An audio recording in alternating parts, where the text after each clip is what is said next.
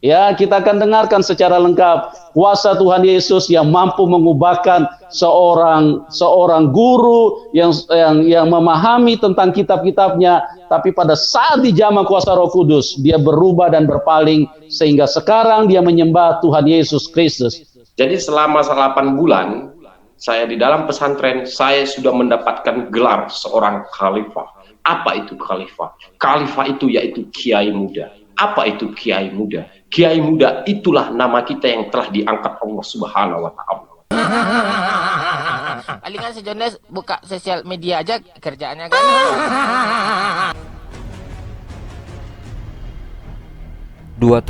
Dua tahun terakhir ini memang banyak ODGJ ya, orang dengan gangguan jiwa itu berkeliaran di YouTube, membuat kesaksian ya. Salah satunya seperti di video ini. Katanya kalau laki-laki ini tidak dimasukkan ke pesantren, maka laki-laki ini bisa menjadi anak setan katanya ya. Assalamualaikum warahmatullahi wabarakatuh. Alhamdulillah, salatu wassalamu ala rasulillah wa ala alihi wa sahbihi ajmain. Selamat sore sahabatku dimanapun berada. Jumpa kembali di Al-Ayyubi Channel yang unyu-unyu ini ya. Terima kasih saudara-saudariku, tetap setia mendukung channel ini. Kesempatan kali ini saudara-saudariku, saya angkat kesaksian orang yang kalau tidak dimasukkan ke pesantren bisa menjadi anak setan katanya ya. Dan saya yakin orang ini ya ODGJ, orang dengan gangguan kejiwaan gitu kan, dimasukkan ke pesantren. Setelah sampai di pesantren, belajar selama 8 bulan, lalu mendapatkan gelar khalifah katanya. Apa itu khalifah? Kiai muda. Apa itu kiai muda? Orang yang telah dipilih oleh Allah katanya ya. Siapa lagi kalau bukan dari channelnya Ucup Ngibul Mulu. Baik saudara-saudariku, tanpa harus berlama-lama kita langsung simak videonya. Oke teman-teman, kita tidak akan buang waktu terlalu panjang. Kita akan segera hadirkan beliau, kita akan segera dengarkan dari beliau kesaksian yang luar biasa ini. Ya, Muhammad Baihaqi. Selamat malam, Mas Muhammad. Selamat malam Pak, shalom Pak. Ya, shalom, puji Tuhan. Ya, ini panggilannya Yahya ya, Mas Yahya ya? Yahya Pak, nama baptis saya Yahya Baihaqi.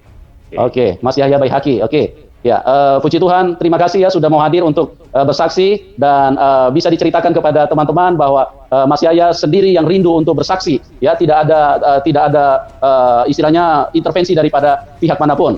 Dan pada malam hari ini teman-teman sudah banyak menunggu ya apa yang akan Mas Yahya sampaikan kepada kita semua, dan itu pasti akan sangat memberkati kita semua. Oke, waktu dan tempat saya serahkan kepada Mas Yahya Baihaqi. Silakan, Mas Yahya.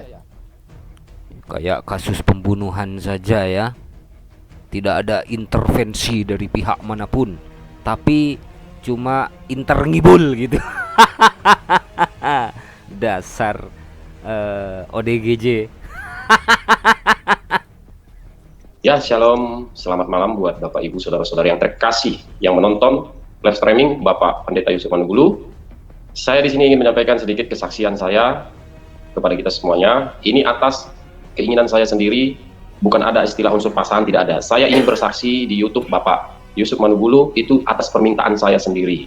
Saya ingin menyampaikan bahwasanya mukjizat yang telah saya alami di dalam kehidupan saya, dan saya ingin menceritakan perjalanan hidup saya sebelum mengenal Isa Al-Masih sebagai Tuhan dan Juru Selamat saya. Pertama-tama saudaraku yang terkasih, dulu saya itu adalah orang agama Islam yang gimana ya, orang Islam yang dibilang keras sih tidak, radikal tidak, tapi yang taat gitu. Yang taat dengan agama. Nah, jadi saya 4 bersaudara. Saya anak paling bungsu, anak paling kecil, dan saya belum menikah, masih lajang. Nah, tetapi saya itu bukan berarti mengatakan saya lajang ingin mencari jodoh di sini, tidak. Tetapi saya di sini ingin menyampaikan mukjizat Tuhan Yesus di dalam kehidupan saya. Dulu saudaraku yang terkasih, saya itu orangnya sangatlah bandel, ugal-ugalan, brutal. Kenapa saya brutal? Karena saya anak paling bungsu. Nah, karena saya merasa kalaupun saya ditangkap polisi, saya akan dibebaskan. Karena zaman dulu masih berlaku duit, saudaraku ya. Ini saya belak-belakan aja kesaksian di sini ya. Sebelum saya masuk pesantren, sebelum saya mengenal Isa Al-Masih, saya dulu bandel, saya balap motor. Akhirnya saya mukulin orang, akhirnya saya diangkat menjadi ketua geng motor di Sumatera Utara. Dulu muslim yang taat, saudara-saudariku, ya.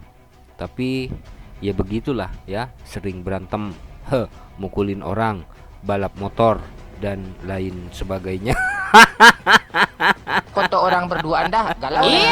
Benar-benar ODGJ ini orang ya. Utara di Medan, di tempat kediaman saya. Kenapa saya diangkat menjadi ketua geng motor? Karena saya itu memukulin orang bukan 1 2 lagi gitu. Dulu. Saya dulu sangat brutal, sangat bandel, sangat jahat. Ini muka saya masih ada bekasnya nih. Kemana ya ini? Ini bekasnya salah satu saksi. Dan juga di tangan ada, di perut ada ya. Itu di saat saya kecelakaan. Jadi saya dulu itu, saudaraku, brutal, jahat banget lah, pokoknya jahat. Tidak bisa. Apa yang dibilang orang tua tidak saya dengarkan. Apa yang dibilang keluarga kakak abang tidak saya dengarkan. Karena saya Dulu Islam yang taat, tidak mendengarkan perkataan orang tua, tidak mendengarkan perkataan kakak-kakaknya. Apa namanya kalau bukan ODGJ? merasa itu dulu itu namanya juga ya, dulu itu saya merasakan gampang itu, uang kan ada, uang orang tua gitu ya, bisa ditebus dari polsek gitu. Jadi kalau makanya dulu itu saya itu, saudaraku ya, dulu itu saya itu orang polsek itu sudah bosan melihat wajah saya. Kenapa mereka bosan melihat wajah saya? Kamu aja yang kami lihat katanya. Tapi saya nggak peduli. Saya tidak peduli karena saya menjaga nama sebagai ketua geng motor di Sumatera Utara, di Medan, di tempat kediaman saya. Jadi di saat saya pulang ke rumah, saya bawa motor balap, nggak tahu lari berapa itu, kemungkinan kalau nggak salah saya larinya itu 120, lari 120. Posisi saya itu sendiri, posisi hujan lebat, pasar hitam aspal basah, saya kencang. Sesudah itu tiba-tiba ada anjing nyebrang, saya tidak bisa ngerem lagi. Akhirnya saya ngerem, pijit rem depan, rem mendadak namanya ya, rem depan, rem cakram. Akhirnya saya terbalik, tercampak ada beberapa meter. Sesudah itu, saudaraku, di situ saya tidak sadarkan diri lagi. Ya namanya juga udah tercampak berapa meter ya toh. Jadi di situ saya tidak sadarkan diri lagi gitu. Jadi saya dilarikan sama warga ke puskesmas terdekat. Puskesmas terdekat membawa saya lagi, menolak saya ke rumah sakit umum. Rumah sakit umum pertama saya dilarikan ya, yang saya tahu cerita dari keluarga saya pertama dilarikan ke puskesmas. Yang kedua saya dilarikan ke rumah sakit Adam Malik Medan. Karena rumah sakit Adam Malik Medan dekat dengan rumah saya.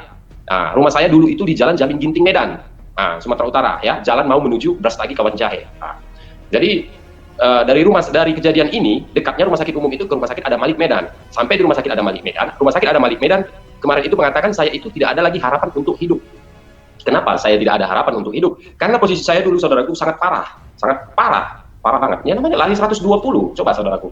Dan dokter Adam Malik mengatakan saya itu tidak ada lagi harapan untuk hidup. Tidak ada lagi harapan untuk hidup. Kalaupun hidup saya itu gila. Itu pesan mereka, ya toh.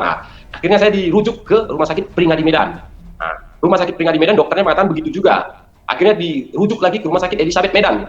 Rumah sakit Elizabeth Medan mengatakan begitu juga. Akhirnya namanya orang tua, bagaimana orang tua dengan anaknya? Akhirnya orang tua mengirim saya untuk keluarga, orang tua diskusi mengirim saya untuk ke Penang, Malaysia. Pantesan ya ditolak di berbagai rumah sakit dengan vonis sembuh tapi gila gitu ya.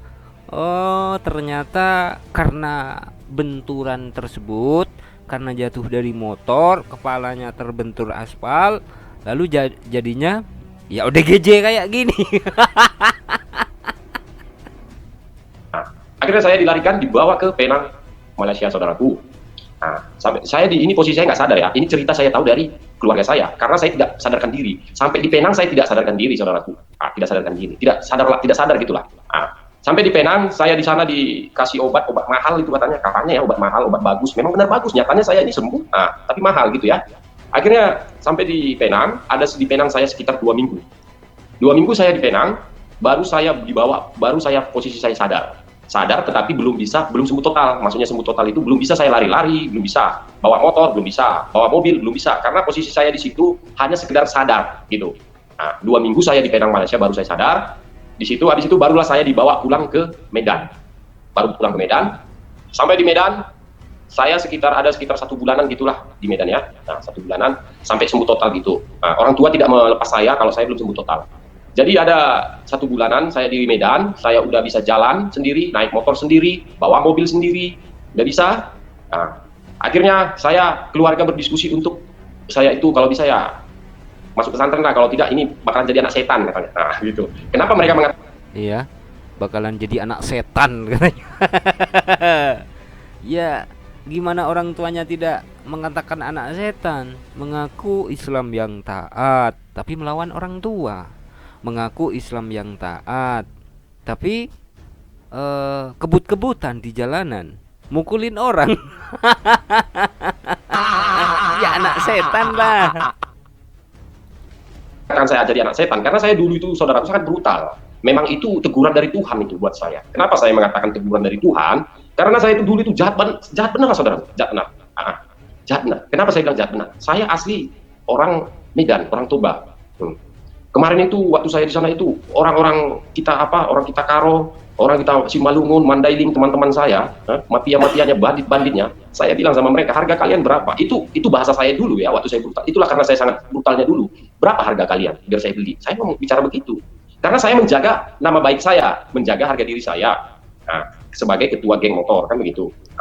Jadi akhirnya pulang saya, saudaraku, dari Penang, Malaysia, saya pulang. Posisi saya sudah sadar, tapi belum sembuh total. Pulang ke Medan, sampai di Medan, keluarga dan orang tua diskusi untuk memasukkan saya ke pondok pesantren. Kalau tidak, ini bahaya.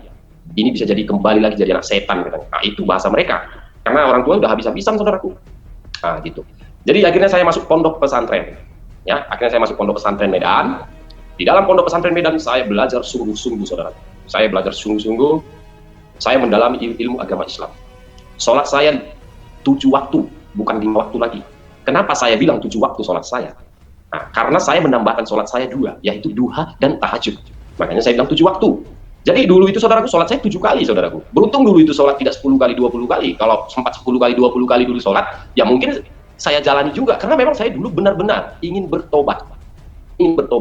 Ingin meninggalkan manusia lama saya dulu. Nah, jadi masuk saya pondok pesantren, saudaraku, benar-benar saya mendalami ilmu agama Islam. Saya bertobat, saya rajin sholat, rajin berzikir. Apa itu zikir? Tasbih. Apa itu tasbih? Itulah tujuan kita hanya satu, yaitu Allah. Ya, itulah yang saya pelajari di dalam. Nah, kenapa? Tuh, betul-betul. Betul-betul menjadi ODGJ ya, pasca kepalanya terbentur ke aspal ya. Apa itu zikir? Tasbih. Kenapa saya mempelajari itu sungguh-sungguh? Karena saya memang benar-benar mau bertobat, bukan mau main-main. Nah, jadi saya belajar sungguh-sungguh, saudaraku. Sholat, zikir, saya lakukan di pesantren. Selama 8 bulan, sampai 8 bulan, saudaraku. 8 bulan saya tidak pernah keluar dari pesantren. Pasar hitam tidak pernah saya lihat. Saya tidak pernah selama 8 bulan saya keluar dari pesantren. Saya belajar benar-benar. Saya belajar sungguh-sungguh. Karena saya benar-benar mau bertobat. Nah, jadi selama 8 bulan, saya di dalam pesantren, saya sudah mendapatkan gelar seorang khalifah. Apa itu khalifah? Khalifah itu yaitu kiai muda. Apa itu kiai muda? Kiai muda itulah nama kita yang telah diangkat Allah Subhanahu wa Ta'ala. Wih, mantap ya. Mantap kalau ODGJ kesaksiannya. Selama 8 bulan saya di pesantren, saya sudah mendapatkan gelar khalifah. Apa itu khalifah? Kiai muda. Apa itu kiai muda? Orang yang telah dipilih oleh Allah Subhanahu wa Ta'ala, katanya. Awalnya Atau jangan-jangan narasumbernya Pendeta Yusuf Manubulu ini bekas tabrakan semua ya. Kepalanya pernah kebentur aspal semua. Aduh, Italia nggak lolos ke Piala Dunia. Aduh, ini sekedar hiburan saja, saudara-saudariku ya. Jangan pernah percaya dengan kesaksian orang yang mengaku-ngaku sebagai seorang murtadin, karena rata-rata kesaksian mereka adalah kesaksian dusta belaka, atau dalam kurung ODGJ gitu ya. Contohnya seperti di video ini ya. Terima kasih saudara-saudariku. Mohon maaf apabila ada silap kata. Wassalamualaikum warahmatullahi wabarakatuh.